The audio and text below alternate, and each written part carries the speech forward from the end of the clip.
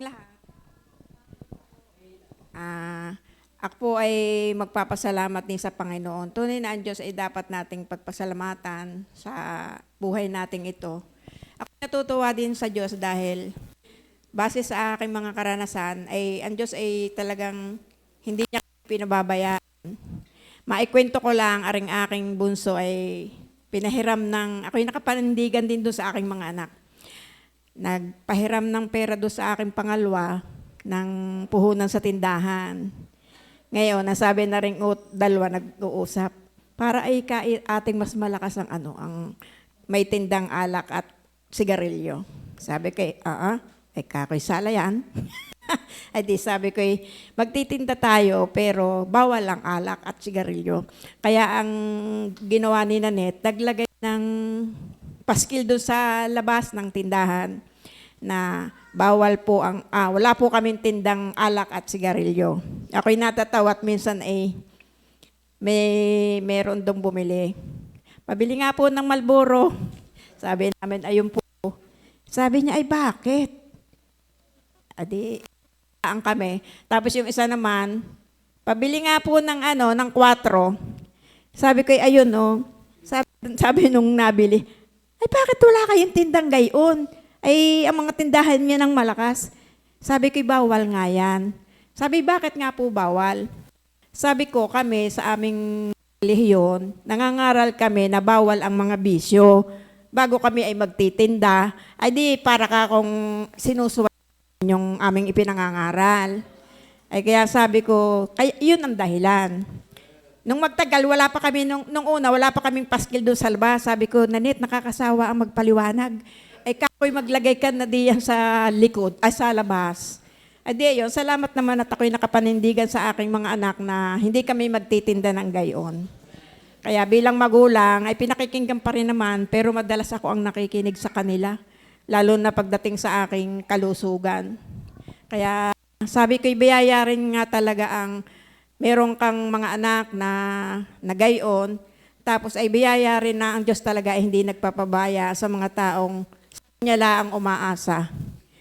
Kaya ang Diyos ay dapat nating pagpasalamatan talaga at nakakatuwa talaga ang Diyos. Hindi man natin sila nakikita ng mukhaan pero nararamdaman natin talaga ang ginagawa niya sa atin.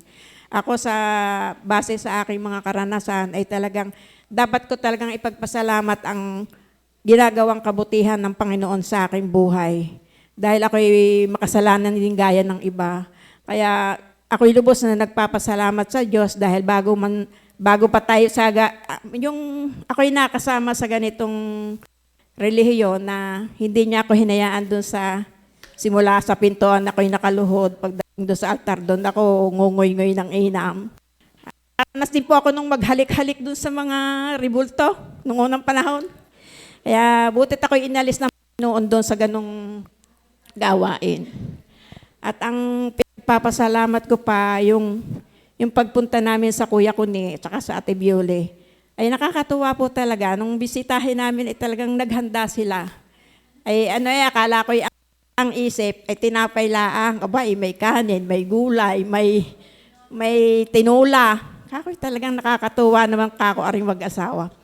At saka sabi ko, Kuya Kuni, kako'y nakakatuwa naman kayo pero sumimba ka na. Sabi naman niya mahirap sister ang magsabi ng bukas. Oo, ay dahil marami daw dapat isaalang-alang. Sabi, mo yan sa ng paraan para kayo ay magkasali tayo. Kaya sabi ko sa Kuya Kuni, kayo naman ay aming ipinagdadasal din lagi na sana ay muli tayo magkasama-sama. Pero ang sense ko naman doon sa Kuya Kuni ay hindi siya lubusang lumalayo sa Panginoon kasi doon sa kanyang tulugan naroon ng Bible. Pinakita niya sa akin kanina, sabi ko nga kako yan ay pwedeng isang laang ng Panginoon na kung hanggang saan ba kasi tayo sinusubok din ng Diyos yung kung hanggang saan tayo magtitiwala sa Kanya. Kaya minsan tayo pinadadalhan ng Panginoon ng mga hindi natin kayang hindi natin kayang maiwasan, pero sa dulo, mapapagwari-wari din natin yun. na ang dapat ay palagi nating unahin ay ang Panginoon. Sense ko sa kuya ko yun ay hindi pa yun nakakalimot.